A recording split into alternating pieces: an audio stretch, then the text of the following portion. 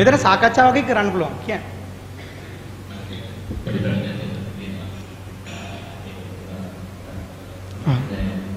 ඔබතුමාගේ උත්සව අවස්ථාවල වලදී රාජ්‍ය වෙනකට පිරිමි පාවිච්චි වෙන පැත්තකට තියෙන එක මොකක්ද කියලා. හරි. කමන්නද? මම කතා කරන්න හරියන්නේ නැහැ දෙන්නෙක් ඉන්නකොට. හරි. දැන් සාමාන්‍යයෙන් මෙතන මේ ප්‍රශ්නේ මේ උත්සවයකදී කාන්තාවන් වෙනමම පිරිමි වෙනම මොකද්ද ඇයි එහෙම තියන්නේ කියලා තමයි අහන්නේ. මේක එතනින් නෙමෙයි මම පටන් ගන්න ඕන මේ ටිරාන් මහත්තයා නේද? ටෙරස් මහත්තයා. ඔව් ටෙරස්. එතකොට මේ මෙතන පටන් ගන්න ඕනේ මේ ප්‍රශ්නය අපි මේ උත්සව වෙලාවකට විතරක් නෙමෙයි සාමාන්‍යයෙන් කාන්තාවන්ට කියලා අපි ඇඳුමක් දීලා තියෙනවා. බුර්කාව. ඔය කළු ඒගොල්ලෝ අඳිනවා මේ කළු නෙමෙයි ඕනම පාටකින් අඳින්න පුළුවන්. සාමාන්‍යයෙන් කාන්තාව පිරිමින් එකට ඉන්න පුළුවන් අවස්ථාවක් තියෙනවා. ඒ තමයි ගෙදර අම්මයි තාත්තා එකට ඉන්න පුළුවන්. ඕනම ඇඳුමක් අඳින්න පුළුවන්. ගෙදර ඉන්න කාන්තාව ඔය බුර්කාව වගේ ඔක්කොම පෙරාගෙන එහෙම ඉන්න ඕනද? ඒව ඕනේ නැහැ. තමන්ගේ සැමියාත් එක්ක ඕනම ඇඳුමක් අඳින්න පුළුවන්. ලෝකේ තියෙන ඕනම විලාසිතාවක් වෙන්නන්න පුළුවන්. ඉස්ලාම් ධර්මයේ එක නීතියක් දාලා තියෙනවා. අනිත් පිරිමින් තමන්ගේ සැමියා හැරෙන්න සියල්ලම අන්‍ය පිරිමින්. ඒ පිරිමින් දිහා යනකොට ඔයා අම්මා කෙනෙක්. ඔයා අයිති මේ තාත්තට.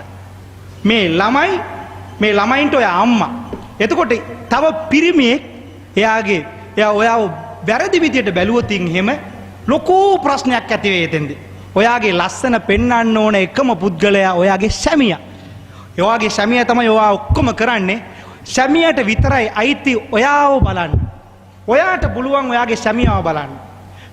අනිත් පිරිමින්ට එහෙම අවස්ථාවක් දෙන්න බැහැයි කියන ප්‍රතිපත්තිය තමයි ඉස්ලාම් ධර්මයේ තියෙන්නේ.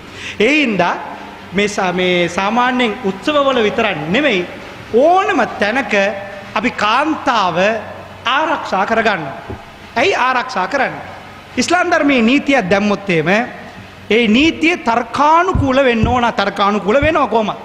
සාමාන්‍යයෙන් ඉස්ලාම් ධර්මයේ කියනවා පිරිමින් අපි මෙහෙම අහමුකෝ. මම ඇඳුම් වලින් පටන් ගන්නම්. එතකොට තමයි මේක හරියන්නේ. මම ඔබතුමාගෙන්ම අහන්නම් ටෙරස් මහත්තයා මේ සමාජයේ අපි ඉස්ලාම් ධර්මයේ අතහැරිමුකෝ. මං අහන්නේ පිරිමියෙක් ඉන්නවා කාන්තාවක් ඉන්නවා. නැත්තම් අම්මා තාත්තා දෙන්නෙක් ඉන්නවයි කියමුකෝ. ගොඩක්ම වහන්න ඕන අම්මා කෙනෙක්ද තාත්තා කෙනෙක්ද? මං ඔබෙන් අහන්නේ සාමාන්‍යයෙන් ගෙදර ඉන්න අම්මා තාත්තා දෙන්නම අඳිනවා. අපි හැමෝම අඳිනවනේ. ඒක කිසි ප්‍රශ්නයක් නැහැ. අඳින්නේ නැහැ කියලා කවුරුත් මෙතන නැහැනේ. ඇඳුම් නැතුව ඉන්න ඕනේ කියලා කවුරුත් නැහැ. ඔක්කොම අඳිනවා. දැන් ඇඳුම් වල අඩු වැඩි භාවය තමයි තියෙන්නේ. ඒක තමයි බුර්කාව කියන්නේ. අපි ටිකක් ඔළුවත් එක්කමනේ වහගන්නේ. එතකොට මං අහන්නේ පිරිමි මේ තාත්තා ගොඩක් වහන්න ඕනේද අම්මා ගොඩක් වහන්න ඕනේද? ඔබතුමාගේ අදහස සමාජයේ තියෙන අදහස කියන්නකෝ. කාන්තාව ගොඩක් වහගන්න ඕනේද පිරිමියා ගොඩක් වහන්න ඕනේද? කාන්තාව. ඔබතුමා පිළිගන්නවනේ ඒක. සාමාන්‍යයෙන් අපි මට සරමක් ඇඳගෙන යන්න පුළුවන්. ඕන මෙතන කිසි ප්‍රශ්නයක් නැහැ. කාන්තාවකට සරමක් ඇඳගෙන යන්න බෑ. කාන්තාව වහන්න ඕන ප්‍රදේශයේ වැඩි. එතකොට කාන්තාවන් වැඩියෙන් වහන්න ඕනේ කියලා ඔක්කොම පිළිගන්නවා. අපි නෙමෙයි යුරෝපියත් පිළිගන්නවා, ඇමරිකාවත් පිළිගන්නවා, ඉන්දියාවත් පිළිගන්නවා, ලංකාවත් හැමෝම පිළිගන්නවා. දැන් තියෙන්නේ රෙද්දේ ප්‍රමාණය. මීටර් 2ද මීටර් 4ද? නැත්තම් මේ මිලිමීටර් ගණන්ද ඇමරිකාව කියන විදියට? මිලිමීටර් ගණන් වලට හඳින්නේ. අපි ඒක පිළිගන්නේ නැහැනේ.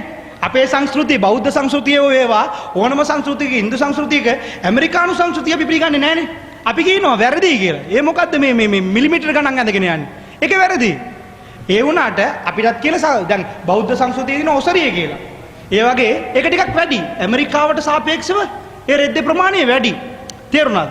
ඒ වගේ මුස්ලිම් කට්ටිය ටිකක් වැඩිපුර අඳිනවා. ඇයි අඳින්නේ? කාන්තාව වැඩියෙන් වහ ගන්න ඕන. හරි. දැන් පිරිමි මම මෙච්චරක් වහගෙන තියෙනවා. හරි නේද? මීට වැඩිය අපි කියනවා කාන්තාව ටිකක් වැඩිපුර වහන්න ඕන කියලා. මේ ඔළුවත් එක්කලා. ඇයි දන්නවද? කාන්තාවගේ ලස්සන තියෙන්නේ කෙස් කලඹේ. තේරුණාද? ඔය මුහුණ මෙන්න මේ කොණ්ඩෙත් එක්ක බලනකොට තමයි ලස්සන පේන්නේ කාන්තාවගේ.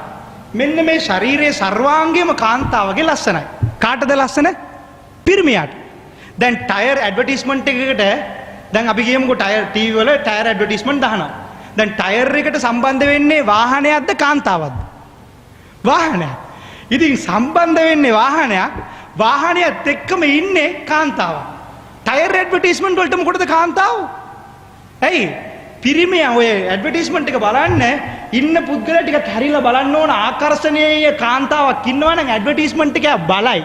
එතකොට එයාගේ මොළයට ටයර් එක දෙන්න පුළුවන්. සබ්ජෙක්ට් එක පෝස්ටර් එකක් ගහනකොටත් ටිකක් අඩුවෙන් එහෙම දැන් සාමාන්‍යයෙන් ඔයා කොහෙවත් පිරිමියෙක් කොට කලිසමක් ඇඳගෙන ඉන්නකොට කාන්තාවන් 100ක් විතර ඇවිල්ලා මෙහෙම බලන් ඉන්නවා දැකලා තියෙනවද? දැන් මායි ඔයයි යෞවනේ පහු කරගෙන යන්නේ. එතකොට අපේ සාමාන්‍යයෙන් තරුණ කාලේ කාන්තාවක් ටිකක් පොඩ්ඩක් ටිකක් අඩුවෙන් පන්ති කාමරයක කොහේ හරි ටික කොටට වගේ ඇඳගෙන ආවොත් එම මොකද්ද කොල්ලන්ට චූන් වෙන ඔටෝමැටික්ලි. මම එහෙම කතා කරන්නේ සමාජ භාෂාවෙන්. මොකද සාමාන්‍යයෙන් මොකද්ද වෙන්නේ? පිරිමියෙක් කොට කලිසමක් ඇඳයින් පස්සේ කවුරුත් පිටිපස්සේ ඉන්න කෙල්ලෝ කවුරුත් කියන්නේ නැහැ අන්න කොට කලිසම පොඩ්ඩක් බලමු ෆොටෝ එකක් ගමුයි කියලා. නමුත් කොල්ලෝ සෙට් එකක් මෙතන ඉන්නවා නම් ඒ තරුණ රැළ මොකද්ද වෙන්නේ? ඒ ගැහණු ළමයා පිටිපස්සෙන් යනවා. ඒ ළමයා මොකද්ද ඇඳලා තියෙන්නේ? ඒක ටිකක් බලන්න ඕන. ඒකේ ටිකක් මෙයා රසාස්වාදයක් විඳිනවා. එතකොට මේක හරියද වැරදිද? මම ඔබතුමාගෙන් අහන්නේ මගේ නංගි දිහා එහෙම බලනකොට මම එයා දිහා බලාගෙන ඒ තරුණයා දිහා බලාගෙන මම hina වෙනවද හොරවනවද? මට කේන්ති යනවද නැද්ද? මං අහන ප්‍රශ්නෙට ඔබතුමා මත් එක්ක කතා කරන්න පුළුවන්. කතා කරන්න මයික් එක තියාගෙන කතා කරන්න. ඒකම ප්‍රදේශය තුළ වෙනවා. ඒගොල්ලෝ එනවා එකම කෝල් එකකට. ඒකවල තමයි මේ අවස්ථාව දෙපැත්තකට යන්නේ. නමුත් ඒ අවස්ථාව විතර ඒගොල්ලෝ එකලදී දෙපැත්තකට යන්නේ. නමුත් ආපහු මේ ගමට ආපහු වෙනවා. සමහරවිට ඒගොල්ලෝ එකට කනවා බොනවා මේක කරනවා. ඒක ඔයගොල්ලෝගේ ආගම කුලේ කියන දෙයක්ද නැහැ. නෑ එහෙම නෙමෙයි. නෑ මට ඒ කියන්නේ මේ ඇඳුම ඉඳ තමයි ඔය දේ වෙන්නේ. දැන් ඇඳුමක් නැත්තම් මේගොල්ලෝ වහගෙන මෙහෙම ඉන්න ඉඳ තමයි අපි දැන් වහගත්තයින් පස්සේ ගිහිල්ලා දැන් අපේ සමාජයේ දැන් මට ගිහිල්ලා කාන්තාවට අතට දෙන්න බෑ. මම මෙතන ගිහිල්ලා මගේ කවුරු කාන්තාවට එන්න කියලා අතට දෙන්න පුළුවන්ද? බෑ. අනිත් එයාට ස්වාමි පුරුෂයෙක් ඉන්නවා. ඒ ස්වාමි පුරුෂයාට විතරයි අත අල්ලන්න පුළුවන්. මම කොහොමද අල්ලන්නේ? මට අත අල්ලන්නවත් ආශිර්වාද කරන්නවත් බෑ. මට නෙවෙයි නබිතුමාටවත් බෑ. හොඳට මතක තියාගන්න. මුහම්මද් නබිතුමා, ඒ කියන්නේ අපේ අවසාන දේවදූතයා, එතුමා කිසිම කාන්තාවක් අල්ලලා නැහැ. බොහොම පැහැදිලිවම අපි කියන්නේ එයා අයිති වෙන පුද්ගලයෙක්. ඔයාට නෙමෙයි. එයාගේ තාත්තට අල්ලන්න පුළුවන්. එයාගේ තාත්තා. එයා තාත්තා කෙනෙක් නේද? ඒ අල්ලන්න පුළුවන්, මාමට අල්ලන්න පුළුවන්. ඒ කියන්නේ අත දෙන්න පුළුවන්. අපි අන්‍ය පිරිමි. ඒකට මේකක් තියෙනවා. ඉහින්ද අපි මොකද්ද කරන්නේ? දැන් අපි මෙතන නෙමෙයි. දැන් ගෙදරට ගියායින් පස්සේ ඒ කට්ටිය එකට ඉන්නවයි කියන්නේ ඒ එකට හිටපු කට්ටිය කවුද? අම්මා තාත්තලා. අම්මා තාත්තා මාමා ඒ කියන්නේ ලේ නැකම කියන්නේ අපි. අනේ ඒ කට්ටිය හරි. මෙතෙන්ට ආවයින් පස්සේ ඒගොල්ලන්ට එකට ඉන්න පුළුවන්. ලේ නැහැ දේ කියුණා කමන්නේ. තාත්තත් එක්ක ඉන්න පුළුවන්. එහෙම නැතුව වෙනත් පිරිමින් එක්කයට ඉන්න බෑ. හරිද? මම අහපු ප්‍රශ්නේ මොකක්ද දන්නවද? ඔබතුමාගෙන් මේ අර මම ඇහුවේ දැන් මගේ නංගි කෙනෙක් කොටට ඇඳගෙන යනකොට තරුණයෝ දෙන්නෙක් ඇවිල්ලා පිටිපස්සෙන් ෆලෝ කරගෙන ඒ නංගි දිහා බලන් ඉන්නකොට මට තරහයයිද මට හිනායයිද? තරහයයිනේ. වැරද්ද ඒ තරුණයන්ගේ නෙමෙයි. ඉස්ලාම් ධර්මයේ කියන්නේ වැරද්ද ඒගොල්ලන්ගේ නෙමෙයි, වැරද්ද ඔබේ. මගේ නංගිගේ